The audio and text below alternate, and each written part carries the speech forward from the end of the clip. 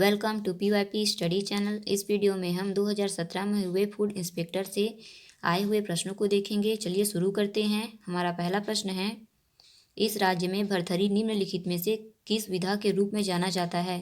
तो इसका आंसर है ऑप्शन नंबर बी, लोकगीत।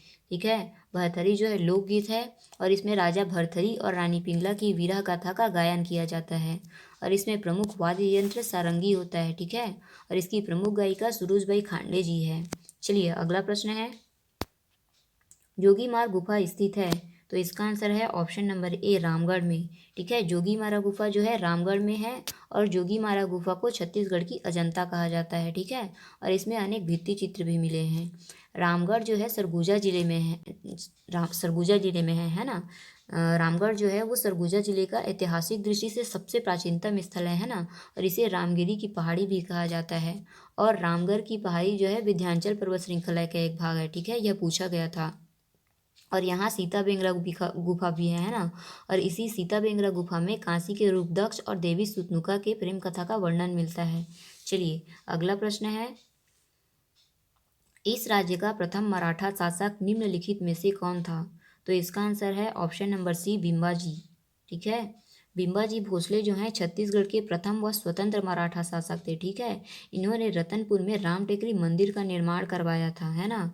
और यहाँ पे ऑप्शन नंबर ए में जो भास्कर पंत हैं, तो ये जो है नागपुर के भोसला शासक रघुजी तृतीय के सेनापति थे और इन्होंने 1741 में रतनपुर राज्य में आक्रमण करके वहाँ के तत्कालिक शासक रघुनाथ सिंह को पराजित कर दिया था, है ना। और पराजित करके वहाँ पर कलचुरियों को मराठाओं की अधीनता स्वीकार कराई थी। ठीक है, ऑप्शन नंबर बी में जो व्यंको जी भोसले हैं, है ना, तो इन्होंने क्या किया था, इन्होंने छत्तीसगढ़ में सूबा व्यवस्था जारी किया था और इसीलिए इन्हें छत्तीसगढ़ में सूबेदारी व्यवस्था के जनक कहे जाते हैं, है ना। यहाँ पे ऑप्शन नंबर डी में जो महिपत राव दिनकर है ना, तो महिपत राव दिनकर जी जो छत्तीसगढ़ में प्रथम सूबेदार थे। ठीक है, याद रखिएगा, महिपत राव दिनकर जी छत्तीसगढ़ के प्रथम सूबेदार थे और इनके शासनकाल में 1790 में यूरोपीय यात्री फॉरेस्टर छत्तीसगढ़ आए थे। ठीक है, चलिए अगला प्रश्न है, समुद्रगुप्त की प्रयाग प्रशस्ति में इस राज्य को निम्नलिखित में से किस नाम से संदर्भित किया गया है? तो इसका आंसर है ऑप्शन नंबर ए, दक्षिण कौशल। ठीक है, प्रयाग प्रशस्ति में जो है छत्तीसगढ़ को दक्षिण कौशल कहा गया है और प्रयाग प्रशस्ति के लेखक हरिसेन हैं। ठीक है, और समुद्रगुप्त ने दक्षिणापथ अभियान के समय दक्षिण कौशल के राजा महेंद्र वर्मन और महाकांतर के नल नागवंशी शासक व्याघ्रराज को परास्त किया था। ठीक है, चलिए अगला प्रश्न है, प्राचीन काल में निम्नलिखित में से किस राजवंश ने इस राज्य पर शासन नहीं किया? तो इसका आंसर है ऑप्शन नंबर डी, मौखरी। ठीक है, मौखरी राजवंश ने क्या किया था, छत्तीसगढ़ पे शासन नहीं किया है। बाकी जो सरकपुरी वंश है, पांडु वंश है और नल वंश, इन्होंने क्या किया है, छत्तीसगढ़ पर शासन किया है ना। सरकपुरी वंश के संस्थापक कौन थे? तो सरकपुरी वंश के संस्थापक थे सरबराज, पांडु वंश के संस्थापक इंद्रबल और नल वंश के संस्थापक वराहराज थे। ठीक है, चलिए अगला प्रश्न है, इस राज्य में कलचुरियों की प्रथम राजधानी निम्नलिखित में से कौन थी?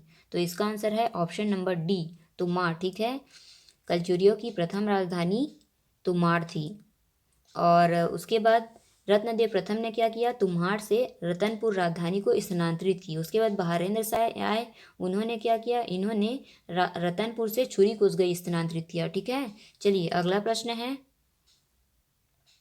इस राज्य के निम्नलिखित किस पुलिस अधिकारी को संयुक्त राज्य अमेरिका में ISP यानी कि international association of chief of police award से नवाजा गया है? तो इसका आंसर है option number D, Arif H Shaikh. अगला प्रश्न है, अक्टूबर 2017 में रणजी ट्रॉफी मैच में इस राज्य के निम्नलिखित में से किस क्रिकेट खिलाड़ी ने विदर्भ के विरुद्ध दोहरा शतक लगाया? इसका आंसर है ऑप्शन नंबर बी, अमनदीप खरे। अगला प्रश्न है, इंद्र 2017 निम्न में से किन देशों के मध्य संयुक्त सैन्याभ्यास है? तो इसका आंसर है, बताइए इसका। चलिए अगला प्रश्न है, उचित संबंध जोड़िए। तो बताइए इसका आंसर क्या है?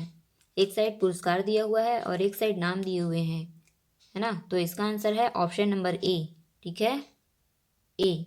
यहाँ पे जो सरदार सिंह हैं उनको राजीव गांधी खेल रत्न पुरस्कार मिला था, है ना।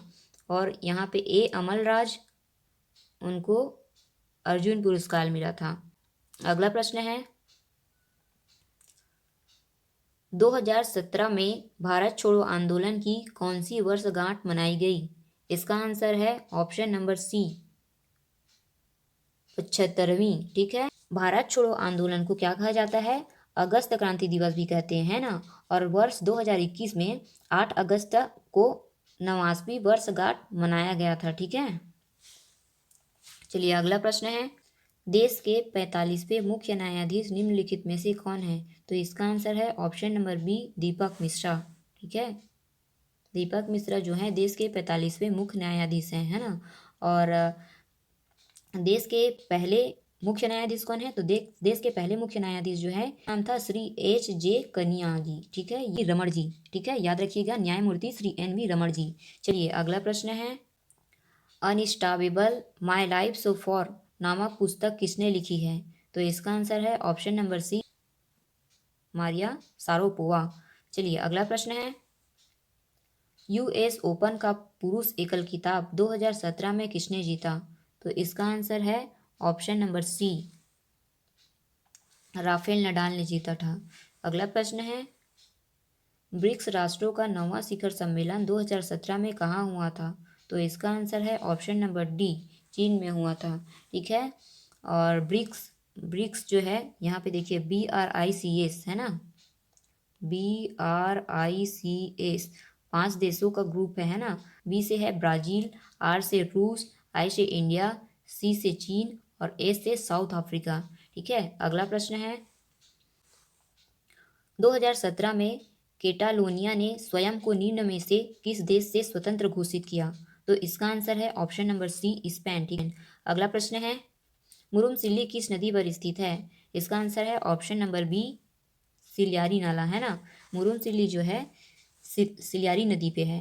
ठीक है, और इसे माडम सिल्ली बांध भी कहा जाता है। ठीक है, यह जो है ब्रिटिश तकनीक पर आधारित राज्य का पहला साइपन बांध है। ठीक है, और यह धमतरी जिले में स्थित है और इसकी स्थापना 1923 में की गई थी। ठीक है, सन 1923 में। और अगला प्रश्न है, कौन सा ग्लेशियर बृहद हिमालय में नहीं है? इसका आंसर है ऑप्शन नंबर सी, सियाचिन। ठीक है, सियाचिन जो है बृहद हिमालय में नहीं है। अगला प्रश्न है, निम्नलिखित को सुमेलित कीजिए। तो इसका आंसर है ऑप्शन नंबर बी। ठीक है, यहाँ तब जो जीजा दर्रा कश्मीर हिमालय में है ना।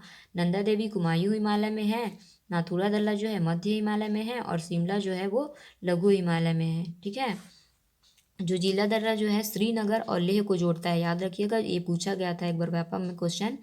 तो जो जिला दर्रा जो है श्रीनगर और लेह को जोड़ता है। नाथुला दर्रा, तो नाथुला दर्रा जो है मध्य हिमालय का एक पहाड़ी दर्रा है ना, और यह भारत के सिक्किम राज्य और दक्षिण तिब्बत में चुम्बी घाटी को जोड़ता है। और नाथुला दर्रा के बारे में एक बहुत और याद रखिएगा, नाथुला दर्रा जो है भारत एवं चीन के बीच तीसरा सीमा व्यापार पॉइंट था और इसको 1962 में जब भारत चीन का युद्ध हुआ था तो उस दौरान इसको बंद कर दिया गया था, जिसे क्या किया गया 2006 में वापस खोला गया। ठीक है, व्यापार के उद्देश्य से खोला गया था वापस। चलिए अगला प्रश्न है, पृथ्वी एवं वायुमंडल का भाग जो जीवन का आधार प्रदान करता है उसे क्या कहते हैं? उसे कहते हैं ऑप्शन नंबर ए, बायोस्फीयर। ठीक है, ऑप्शन नंबर बी में जो बायोम है, बायोम अर्थात जैव क्षेत्र है ना, जैव क्षेत्र किसे कहते हैं? तो धरती या समुद्र के किसी ऐसे बड़े क्षेत्र को बोलते हैं जिसके सभी भागों में मौसम, भूगोल और निवासी जीवों की समानता होती है ना, उसे क्या कहते हैं? बायोस कहते हैं। और यहाँ पे ऑप्शन नंबर सी में जो इकोटन है, इकोटोन, तो इकोटोन किसे कहते हैं? तो इकोटोन क्या होता है? दो जैविक समुदायों के बीच एक संक्रमण क्षेत्र होता है ना। सीधा सीधा बोला जाए तो जहाँ पे जब दो समुदाय मिलते हैं और एक हो जाते हैं उसे इकोटोन कहते हैं। ठीक है, दो जैविक समुदाय मिलके एक हो जाते हैं, है ना, बाद में उसे इकोटोन कहते हैं। अगला प्रश्न है, ऑक्सीजन जनित रुधिर किसके द्वारा ले जाया जाता है? इसका आंसर है ऑप्शन नंबर ए, फुफ्फुस धमनी के द्वारा। ठीक है, अगला प्रश्न है, रेबीज वैक्सीन बनाने वाले प्रथम व्यक्ति थे? तो इसका आंसर है ऑप्शन नंबर सी, पास्चर। ठीक है, लुइस पास्चर ने क्या किया था? रेबीज वैक्सीन की खोज की थी। अगला प्रश्न है 23वां, सूची 1 को सूची 2 से सुमेलित कर निम्न कोड की सहायता से सही उत्तर का चयन कीजिए। एक साइड मूलभूत जो कण हैं उनको दिया गया है और दूसरी साइड उनके आविष्कारक दिए गए हैं। तो इसका आंसर है ऑप्शन नंबर ए। ठीक है, देखिए इलेक्ट्रॉन की खोज जे थॉमसन ने की थी। प्रोटॉन, प्रोटॉन का हो जाएगा गोल्डस्टीन, है ना। देखिए 1886 में गोल्डस्टीन ने अपने प्रयोग के दौरान क्या किया था, प्रोटॉन की उपस्थिति को ऑब्जर्व किया था, है ना। लेकिन इन्होंने प्रोटॉन का नाम देने लेकिन इन्हें जो है प्रोटॉन का नाम देने और उनकी उपस्थिति से संबंधित स्पष्ट जानकारी देने का श्रेय जो है रदरफोर्ड को जाता है। ठीक है, तो यहाँ पे प्रोटॉन में, यहाँ पे रदरफोर्ड नहीं है, गोल्डस्टीन। ठीक है, तो प्रोटॉन का हो जाएगा गोल्डस्टीन। न्यूट्रॉन की खोज किसने की थी, तो न्यूट्रॉन की खोज में आ जाएगा चैडविक। ठीक है, और पॉजिट्रॉन तो एंडरसन। चलिए अगला प्रश्न है, दिल्ली के तुर्की सुल्तानों के शासनकाल में दासत्व संस्था के संबंध में रचित कृति सियासतनामा का लेखक निम्नलिखित में से कौन था। इसका आंसर है ऑप्शन नंबर बी, निजामुमुल्क तुसी। ठीक है, जो सियासत नामक रचना है उनके लेखक निजामुमुल्क तुसी जी हैं। ठीक है, और इस ग्रंथ में तुर्की शासकों में प्रचलित दास व्यापार, दास व्यवस्था और प्रशिक्षण कार्यों की जानकारी मिलती है। चलिए अगला प्रश्न है, निम्नलिखित में से किस दिल्ली सुल्तान ने उत्तरी भारत में टंका और जीतल जैसे नए सिक्कों का प्रारंभ किया। तो इसका आंसर है ऑप्शन नंबर ए, इल्तुतमिश ने। ठीक है, इल्तुतमिश जो है पहला तुर्क सरदार था जिन्होंने शुद्ध अरबी के सिक्के चलवाए थे। ठीक है, और इल्तुतमिश ने सल्तनत काल में दो महत्वपूर्ण सिक्के चलवाए थे जिसको जीतल और टंका कहा जाता है ना। टंका किसको बोलते थे, तो टका जो है चांदी के सिक्के को टका बोलते थे और तांबे के सिक्कों को जीतल कहते थे। ठीक है, चलिए अगला प्रश्न है, निम्नलिखित में से किन के बीच चौसा का युद्ध लड़ा गया। तो किन के बीच लड़ा गया चौसा का युद्ध, ऑप्शन नंबर डी, हुमायूं और शेरशाह के बीच, है ना। हुमायूं और शेरशाह के बीच चौसा का युद्ध जो है 26 जून 1539 ईस्वी में हुआ था। ठीक है, जिसमें शेरशाह सूरी की जीत हुई थी और भारत में शेरशाह सूरी ने 1540 से 1545 ईस्वी तक शासन किया था। ठीक है, और कालिंजर युद्ध के दौरान दुर्ग की दीवार से बारूद का गोला टकराकर फटने से इनकी मृत्यु हो गई थी। ठीक है, और इन्हें बिहार के सासाराम में दफनाया गया है। ठीक है, ये क्वेश्चन पूछा जा चुका है कि इनको कहाँ दफनाया गया है, शेरशाह सूरी जी को कहाँ दफनाया गया है। तो याद रखिएगा कहाँ दफनाया गया है, बिहार के सासाराम में। और इनका मकबरा जो है अफगान स्थापत्य का शानदार नमूना माना जाता है ना। और उसके बाद जब इनकी मृत्यु हो गई तो उनके बाद इसका उत्तराधिकारी इनका छोटा पुत्र इस्लाम शाह बना था। ठीक है, चलिए अगला प्रश्न है, मुगल काल में फौजदार निम्नलिखित में से किस इकाई के प्रशासन का प्रमुख होता है। इसका आंसर है ऑप्शन नंबर बी, सरकार। अगला प्रश्न है, भारत में वर्ष 2017-18 के वित्तीय वर्ष के प्रथम तिमाही में सकल घरेलू उत्पाद में कितनी आर्थिक वृद्धि का दर रिकॉर्ड किया गया है। तो इसका आंसर है ऑप्शन नंबर सी, 5.7%। अगला प्रश्न है, भारतीय अर्थव्यवस्था के द्वितीय क्षेत्र का कौन अंग नहीं है। तो इसका आंसर है ऑप्शन नंबर सी, खनन एवं उत्खनन। ठीक है, खनन एवं उत्खनन जो है प्राथमिक क्षेत्र का अंग है ना। अर्थव्यवस्था की आर्थिक गतिविधियों को 3 श्रेणियों में बांटा गया है जिन्हें अर्थव्यवस्था का क्षेत्रक या फिर सेक्टर कहा जाता है। ठीक है, प्राथमिक क्षेत्र, द्वितीय क्षेत्र और तृतीय क्षेत्र। प्राथमिक क्षेत्र क्या होता है, तो अर्थव्यवस्था का वह क्षेत्र जहाँ प्राकृतिक संसाधनों को कच्चे तौर पर प्राप्त किया जाता है उसे क्या कहा जाता है, प्राथमिक क्षेत्र कहा जाता है। जैसे कि खनन उत्खनन, कृषि कार्य हो गया, मछली पालन हो गया। ठीक है, द्वितीय क्षेत्र किसे कहते हैं, तो अर्थव्यवस्था का वह क्षेत्र जो प्राथमिक क्षेत्र के उत्पादनों को क्या करता है, अपनी गतिविधियों के कच्चे माल की तरह उपयोग करता है। ठीक है, वह द्वितीय क्षेत्र कहलाता है। जैसे कि विनिर्माण हो गया, विद्युत एवं जल आपूर्ति हो गया। जो द्वितीय क्षेत्र है उसको औद्योगिक क्षेत्र भी कहा जाता है। ठीक है, तृतीय क्षेत्र क्या है, तो तृतीय क्षेत्र को सेवा का क्षेत्र कहा जाता है ना, क्योंकि इस क्षेत्र में क्या होता है, विभिन्न प्रकार की सेवाओं को उत्पादन किया जाता है। जैसे कि बैंकिंग हो गया, बीमा हो गया, शिक्षा, चिकित्सा आदि, है ना। चलिए अगला प्रश्न है, भारत सरकार सार्वजनिक वितरण प्रणाली के अंतर्गत गरीबों को किस मूल्य पर चावल वितरण करती है। इसका आंसर है ऑप्शन नंबर डी, इनमें से कोई नहीं। अगला प्रश्न है, इस राज्य में धान के लिए बोनस वितरण की अवधि क्या थी। इसका आंसर है ऑप्शन नंबर डी, लिया गया था। ठीक है, चलिए अगला प्रश्न है, भारत में 3 वर्षों के अंतर्गत ग्रामीण स्वच्छता का कवरेज क्या है? इसका आंसर ऑप्शन नंबर बी 69%। ठीक है, अगला प्रश्न है, इन्वेस्ट इंडिया में औद्योगिक प्रवर्तन नीति विभाग का हिस्सा कितना है, ये पूछा है। तो इसका आंसर लिया गया था ऑप्शन नंबर बी 43.5%। अगला प्रश्न है, भारत में कौन सी बेरोजगारी दर अत्यधिक महत्वपूर्ण है? तो इसका आंसर है ऑप्शन नंबर सी दैनिक स्थिति बेरोजगारी दर। अगला प्रश्न है, 2017 में सांस्कृतिक उत्सव इंडिया का बाय नील है ना, इंडिया बाय नील का आयोजन किस देश में किया गया? तो इंडिया बाय नील का आयोजन जो है 2017 में, ठीक है, तो मिस्र में किया गया था। इसका आंसर है ऑप्शन नंबर ए मिस्र। अगला प्रश्न है, नवासवे ऑस्कर पुरस्कार में घोषित की गई सर्वश्रेष्ठ फिल्म निम्न में से कौन सी है? तो इसका आंसर है ऑप्शन नंबर बी मूनलाइट। ठीक है, और 93 ऑस्कर पुरस्कार जो है नो नोमैडलैंड, ठीक है, याद रखिएगा, नोमैडलैंड फिल्म को मिली है। ठीक है, और इस फिल्म की डायरेक्टर कौन थी? तो क्लोई झाओ थी, जिन्हें क्या किया गया, जिन्हें बेस्ट डायरेक्टर का अवार्ड दिया गया था। ठीक है, क्लोई झाओ। चलिए अगला प्रश्न है,